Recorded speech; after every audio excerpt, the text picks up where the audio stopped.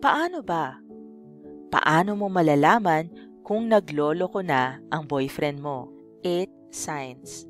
Shout out to Kuya Yaps, Miss Adican, Victoria Sanomanda, and Mel de los Reyes from Bukidnon, Mindanao. For topic requests and shoutout requests, please like this video, subscribe, and leave a comment down below. Please follow our Facebook page, facebook.com/paanoba-channel. Let's start the video. Sign number 1. Meron siyang iba't ibang account sa mga social media sites. Kapag ang lalaki ay merong higit sa 2 magkakaibang account sa iisang social media platform, ay maaaring siya ay nagloloko. Lalong-lalo na kung nadiskubre mo lang ang iba niyang account dahil sinabi ng ibang kaibigan ninyong dalawa o di kaya ay nakita mo lang dahil nag-search ka sa Facebook mo. Maaring ginagamit niya ito para kumausap ng ibang tao. Posible nga na iba ang pangalan niyang linalagay dito.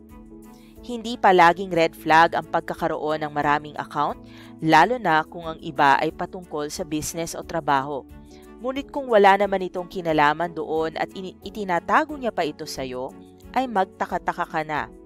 Posible rin na magugulat ka na lang na meron pala siyang ibang cellphone number, meron siyang ibang cellphone na ginagamit, o di kaya meron siyang mga chat app na hindi niyo naman ginagamit pero nasa phone niya.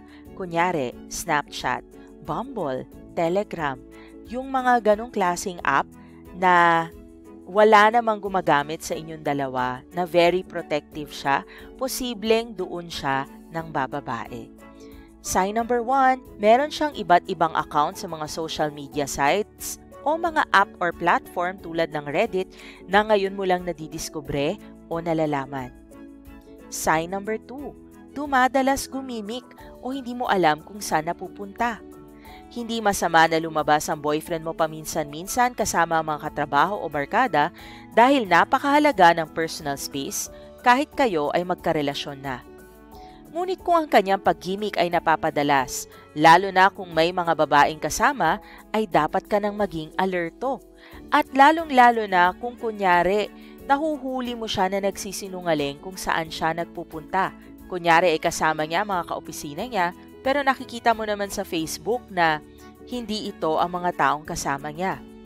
Subukang itanong kung pwede kang sumama at kung pinagpipilitan niya na hindi ka pwedeng sumama kahit nag-gimmick lang naman ito at walang kinalaman sa trabaho, ay maaaring nagloloko na siya o kung hindi niya sinasagot ang telepono niya habang nasa gimikan siya o hindi siya tumatawag sa'yo. Sign number 2. Dumadalas ang paggimik niya o ang hindi mo ma-explain na pagkawala niya ng oras para sa'yo. Sign number 3, pagbabago ng forma at bihis niya. Kung dati-rati ay walang pakialam ang iyong boyfriend sa kanyang suot at itsura, tapos biglang naging sobrang maporma ito, maaaring senyales ito na meron siyang natitipuhang ibang babae. Lalo kung hindi naman siya nag-aayos tuwing kayo ang lumalabas o magkasama. Pero sobra kung mag-ayos kung pupunta sa trabaho o lalabas mag-isa. Maaaring meron siyang gustong ma-impress na ibang tao. Hindi naman ito nangangahulugan na agad-agad ay nagloloko ang iyong boyfriend.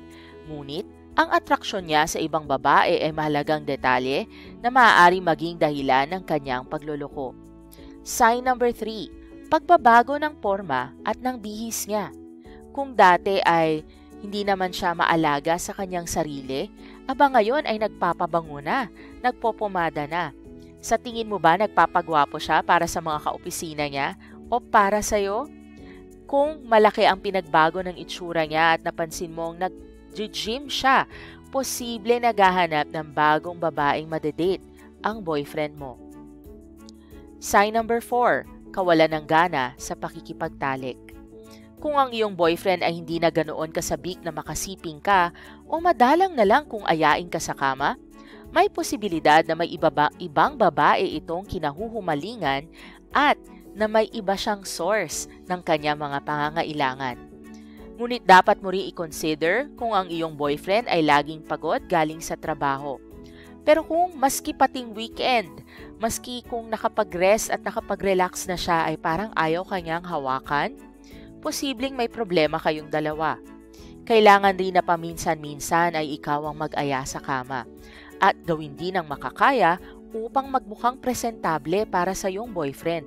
Baka medyo hindi mo na naaalagaan ang iyong sarili, kaya nawawalan siya ng gana. Subukan mong mag-ayos uli at kung wala pa rin talaga siyang interes sa'yo, either nawawala na siya ng pagtingin sa'yo o most likely ay meron siyang ibang babae na kinagugustuhan. Sign number 4, kawalan ng gana sa pakikipagtalik sa'yo. Before we continue with sign numbers 5 to 8, maikling patalastas lang po, get discount coupons from your favorite brands, only from the Deals website, where we have the hottest and freshest deals for you. Only click the link in our video description box and you will get buy one take one from Watsons, up to 50% off from Nivea, and up to 60% off from Philips and other popular brands. If you haven't done so already, please turn that thumbs up button blue and like this video. Napakalaking tulong po niyan sa ating channel.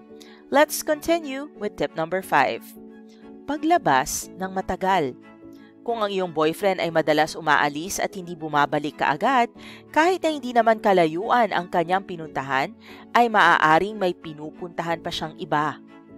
Huwag din naman ito agad pag-isipan ng masama dahil may mga hindi maiiwasang bagay na maaaring magpatagal sa kanya. Ilan sa mga ito ang traffic o biglaang overtime na hiningi ng kanyang boss. Ngunit, kung palagi naman na siyang natatagalan, ay magtaka ka na. Sign number 5, ang paglabas niya ng matagal. Sign number 6, ang pagbubura ng mga messages.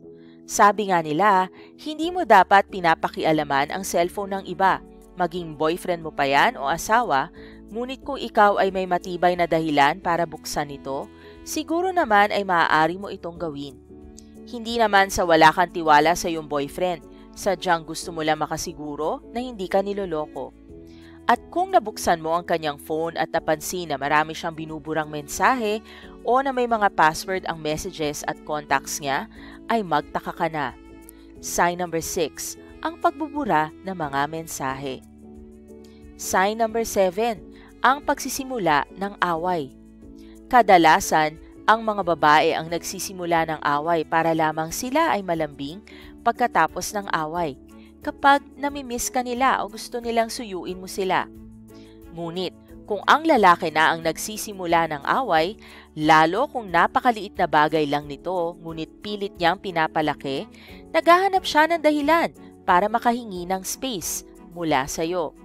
Posibleng ginagawa niya rin itong dahilan para ikaw na mismo ang makipag-break sa kanya at hindi na siya mahirapan.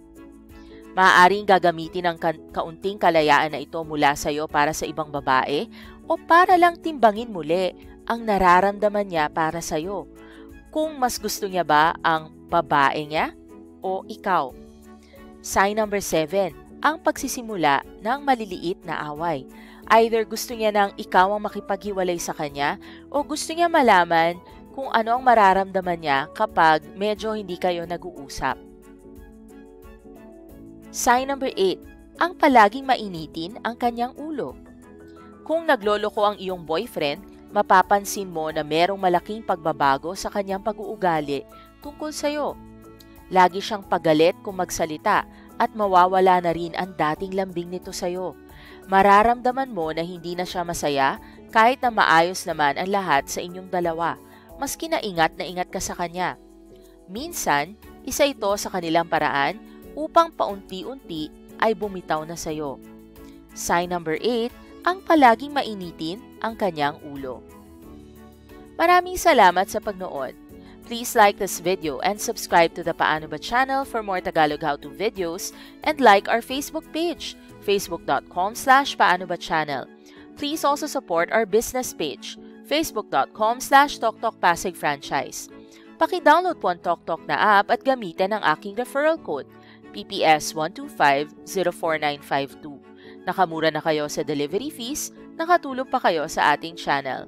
Find what you are looking for na sa Lazada yan. Get free shipping vouchers and 100 pesos off on your first order when you shop using the link in our video description box. And if you haven't done so already, please turn that thumbs up button blue and like this video. Napakalaking tulong po yan sa ating channel. Maraming salamat sa pagnood. For topic requests, video requests, and shoutout requests, please like this video, subscribe, and leave a comment down below. Maraming salamat and see you in our future videos.